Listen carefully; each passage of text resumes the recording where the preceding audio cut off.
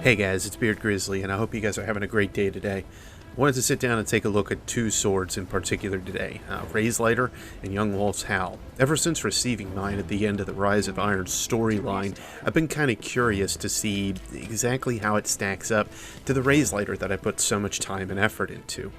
Taken King, of course, introduced swords to us, and they've been a very integral part to any Guardian's inventory and arsenal. And I really wanted to take a look at how each sword handled with its different exotic perks.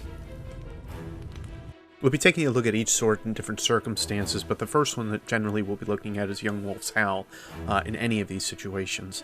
The perks are Tempered Light, increased armor when wielding the sword, Scabbard, increased sword ammo capacity, or Thrive by the Sword, kills with the sword, grants super energy. Howling Flames, use R2 to unleash a fiery solar eruption that weakens enemies and deals damage over time. This is similar to a Sunbreaker's Sunspot. Scabbard, increases sword capacity, or the one that I prefer to use is Warrior of Light, increased damage for your R2 attack. After that, we have Raze-Lighter. Raze-Lighter follows the same principles, R1 to attack, L2 to guard, but its other perks are Tempered Light, increased armor when wielding the sword, Scabbard, increased sword capacity, Thrive by the Sword, kills with the sword, grants super energy, Phoenix Uppercut, this is the big one, use R2 to launch into a solar light uppercut. It is flashy and amazing, and you will see it very shortly. Scabbard, increased sword ammo capacity, or again the one I prefer, Warrior of Light, increased damage for your R2 attack. As you can notice here, we're going to be using the same configurations for both swords, just to make sure that they're on a very even playing field. So my first thought was to go to a place that was, you know, nice and flat, and no real problems, and figured we'd just go to the Crucible and hang out for some heavy ammo. Oh, right, this takes like 5 minutes. So like I said, we're going to go to Venus, and Venus has this really nice spot where you can end up sitting down on. It's nice, it's flat, and we can see the animation style of each sword and swing. Right now, what you're seeing, of course, is the Young Wolf's Howl. It's more of a slam than anything. Next, Raze-Lighter, which this is the Phoenix Uppercut we were talking about. Definitely looks pretty vicious. And this is both slowed down. What I wanted to show is how similar each of the sword swings are in terms of how many frames they last. This way you know that there's no benefit to one being faster or slower than the other. Next, how does it handle against the Splicer Priest enemy? I chucked a grenade to take down his shield, and then hit him with the R2. You'll see there that it does about 30,000 damage, and each tick will do about 236 damage to the priest. One more sword swing for 11,000 does take him out. How much does it take to take out a Splicer? Oh, it's already done. Raze-Lighter's single target damage is incredible in comparison to Young Wolf's Howl, and I think that's one thing that demonstrates. This is the patent 1, 2, 3. Next we'll have a little fun. How does it handle against the tank? First up, we have Young Wolf's Howl. Howl is able to really take down a leg quickly, and that's one thing that I like about it. Make sure that the tank stays immobilized pretty easily and pretty quickly. The other thing about it, though, is that it hits a couple of the legs at one time. There's one bad thing, though, that we have to talk about with Young Wolf's Howl, unfortunately, and that's its ammo usage. The ammo usage for Young Wolf's Howl is 10 ammo for its super. This definitely drains the sword very quickly of its ammo.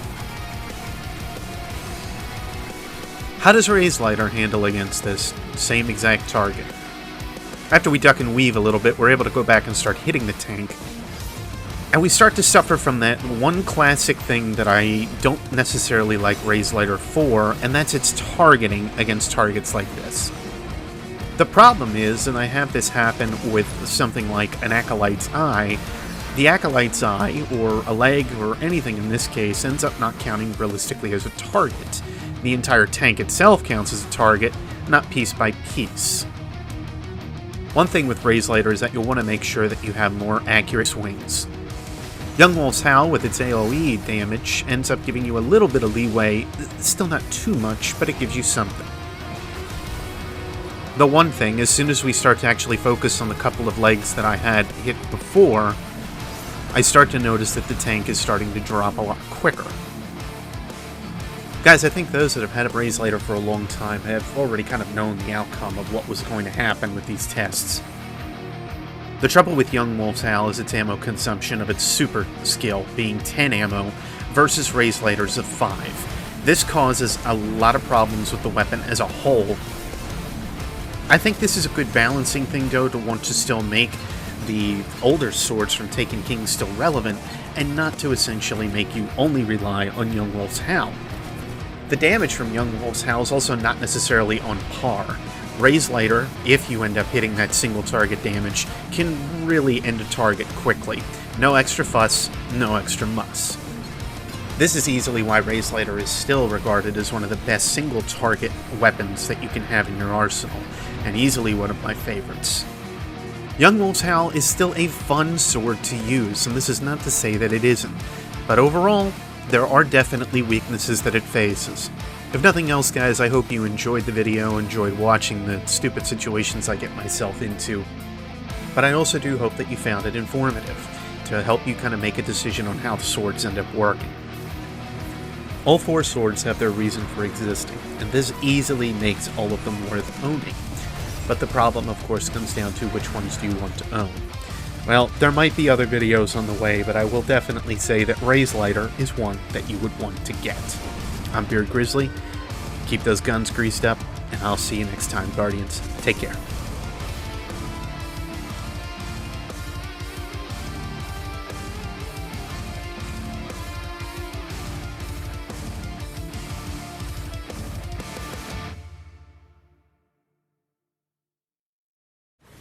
It's Linky, for fun it's a wonderful toy.